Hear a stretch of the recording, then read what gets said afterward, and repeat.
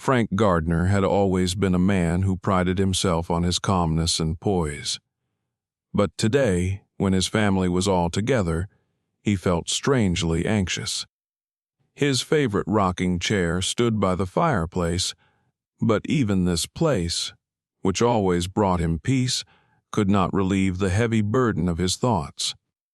His house was full of noise and bustle. The children were playing hide and seek, laughing, and the adults were talking about their daily routines. There was a festive mood in the air as everyone gathered to celebrate his 75th birthday. But Frank, standing by the fireplace, felt that this day would be the beginning of the end of his secret, which he had been keeping for almost 50 years. Time always finds a way to catch up with you, he thought, looking at the portrait of his late wife Margaret hanging above the fireplace. His thoughts were interrupted by his eldest granddaughter, Julia, and as she was the most inquisitive of all the children in the family. Her clear blue eyes sparkled with curiosity as she approached her grandfather with a large scrapbook in her hands. "Grandpa, I found this in the attic." "Ah," she exclaimed excitedly. "There are pictures of you in here, but I don't know who this woman is." "She is so beautiful." Frank looked at the photo and almost choked on the air. He was young, 25 years old, standing in front of an old port, hugging a woman with dark hair. She was smiling at the camera as if she knew something he didn't. Julia, it's just an old photograph," he said, trying to remain calm. "You shouldn't dig up the past." But Julia did not stop. "Who is she? Her name is written on the back. I think it's Lillian. Why have I never heard of her?"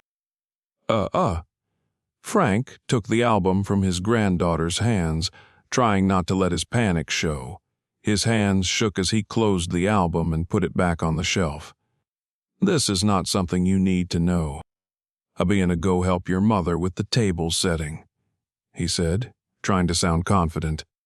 Julia glanced at her grandfather, but in the end she obeyed. When she disappeared behind the door, Frank sat down in his chair and sighed deeply. His thoughts returned to the time when this photo was taken. It was a different Frank, a young, naive man who had made a choice he regretted for the rest of his life. He knew there was no turning back now. Actually, this photo was just the tip of the iceberg, and he felt that his secret could no longer remain hidden. After the celebratory dinner, Julia returned to the old album again. Her curiosity was not letting her rest. She went up to the attic, which had always been her favorite place in her grandfather's house. There were so many old things stored there that each one was a mystery to her. She found the album again, and this time noticed the other photos. Among the yellowed pages, she found a letter folded in 4. Julia opened it and began to read. "Dear Frank, I don't know how to tell you this, but our past may be catching up with us. You know I've always loved you, but things are different now. I'm sorry." Her brows drew together on the bridge of her nose. Who was Lillian? And what did she mean by writing about the past? She heard her grandfather coming up to the attic. Frank appeared in the doorway looking confused. "Julia, what are you doing here?" he asked, noticing the letter in her hands. "I found this," she replied. "Who is Lillian? And why does she write that the past may catch up with you?" Frank came closer and took the letter from her hands. His face was tense. "It's not something you need to know," he said, but his voice was quiet, even a little scared. "But, Grandpa, I just want to understand." Julia insisted.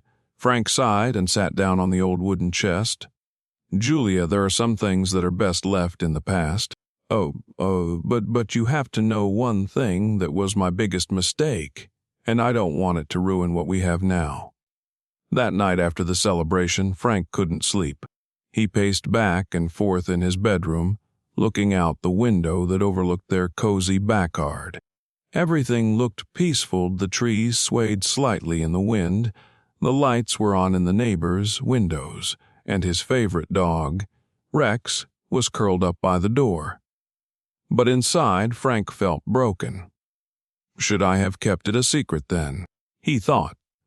I only wanted to protect my family, but now it could come back to haunt them.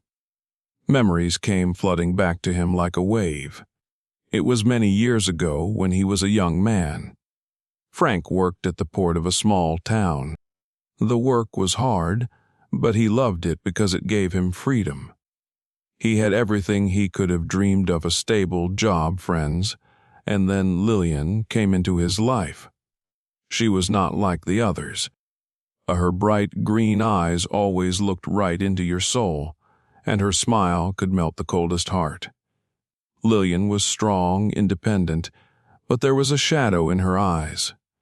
Frank fell in love with her almost immediately. They spent nights together by the sea, telling each other secrets that they had never revealed to others. But after a few months, Frank began to notice that Lillian was having some problems. I need some money, Frank," she said one day as she sat next to him on the bench. Her voice was light, but there was tension in it. Frank didn't ask any questions at the time. He gave her everything he had, thinking he was helping the person he loved. But after a while, Lillian started asking for more. The next morning, Julia gathered the family in the dining room. As she put the documents she had found on the table and said, "I think we should talk about this. Who is Lillian and what did she mean to Grandpa?" Frank, who had just walked into the room with a cup of coffee, froze in his tracks. "No, Julia, I told you that this is in the past. Why are you bringing this out in the open?" James, Frank's eldest son, looked at his father with suspicion. "Dad, is it true? Have you been hiding something from all of us?" Frank knew there was no point in keeping quiet any longer. He sat down in his seat and began to tell. Julia could not calm down even after the conversation in the dining room. She felt that there was something else in her grandfather's story that he hadn't told. The next day, she decided to go back to the attic, where she came across an old leather folder. Opening it, she saw several yellowed documents and letters. One of them was addressed to Frank Gardner, Port of New Haven. The letter was written in a hand that was clearly in a hurry. Julia began to read it. "Frank, I know you will never forgive me, but I had no choice. What we did could destroy everything. I had to leave because it was too dangerous to stay. You will always be in my heart. Pot." These words shocked her. She quickly looked through the other documents, which included records of financial transactions and a list of names. In the evening, Julia gathered her thoughts and went to her grandfather's house. And she went into his room where Frank was sitting in a chair, staring into space. "Grandpa, I found more letters. Who is Lillian? What do these documents mean?" Frank sighed and lowered his head. A guru. It's not something that's easy to explain, Julia," he began. After talking to Julia, Frank finally decided to call the whole family together to reveal the truth. This decision was difficult for him because he knew that his confession could destroy the trust between him and his family. The family gathered in the living room. Julia sat next to her brother Michael, who looked more annoyed than interested. Laura, James's wife, was looking intently at Frank, as if trying to read his mind. James crossed his arms over his chest to show his distrust. Frank sighed heavily and began. "I know you're wondering who Lillian is. I know you have a right to know the truth, but I warn you this story could change everything you think about me." These words created tension in the room. Julia nodded as if to encourage him to continue. "When I was young, I met a woman named Lillian. She was incredible, strong, but she also had many secrets. She lived in another world, a world I didn't understand, but I was fascinated by her. I loved her, and I felt like I would do anything to make her happy." Frank paused, as if trying to gather his strength for the next words. One day she came to me and said she was in trouble. She had debts to people who were better off not getting involved. I wanted to help her, but I had no money. Then she suggested a deal. We were to take money from the fund I was guarding at the port. She assured me that it was only temporary, that we would return everything. But she disappeared, and so did the money. The room fell silent. Dad, are you saying you were involved in the theft? James finally asked, his voice sharp. Yes, Frank replied, but I didn't mean it. I thought I was helping the person I love. Laura interjected. And then what happened? How did you get away with it? Frank explained that after Lillian's disappearance, he voluntarily confessed to everything and gave most of his savings to return the money to the fund. The authorities decided not to pursue the case because of his cooperation, but the incident left a mark on his life. Julia, as always, could not leave the situation unexplored. She decided to find more information about Lillian and find out if she was still alive. After several days of searching, Julia got on her trail. Grandpa, I found her. She lives in a small town 3 hours away from here, Julia said, holding up a printout of her address. Frank was shocked. He never thought he would see Lillian again. At first he refused to go, but Julia convinced him, saying, "You have to get answers, Grandpa, and we have to find out the truth." They set off together. The road was tense, and Frank was silent almost all the time. His thoughts flitted between the past and the present.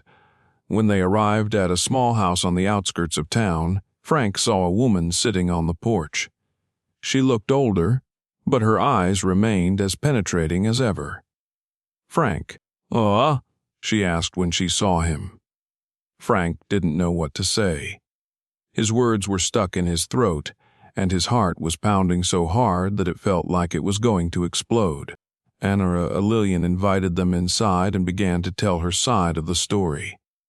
"You have to understand," she said, looking him in the eye. "I didn't want to drag you into this. But I had no choice. Those people threatened me. I knew you were trying to help, but I had to save my life." These words made Frank feel both angry and relieved. He finally got answers, but they didn't bring him peace. When he returned home, Frank felt devastated, and he sat by the fireplace, looking at the fire dancing before his eyes. His family was no longer the same. James and Laura kept their distance, though they did not express open disapproval. Julia was the only one who stayed close, trying to support him. "Grandpa, you made a mistake, but you did what your heart told you to do. That doesn't make you bad," she said, sitting down next to him. Frank nodded, but there was still a longing in his eyes. "I'm afraid they'll never forgive me," he whispered. Julia hugged him and said, "Time heals everything. They will understand. It just takes a little time." Frank, sitting in his armchair, watching the flames in the fireplace. His face is illuminated by the warm light, but his eyes remain heavy. They tell of a man who has carried the burden of his mistake all his life and is now looking for ways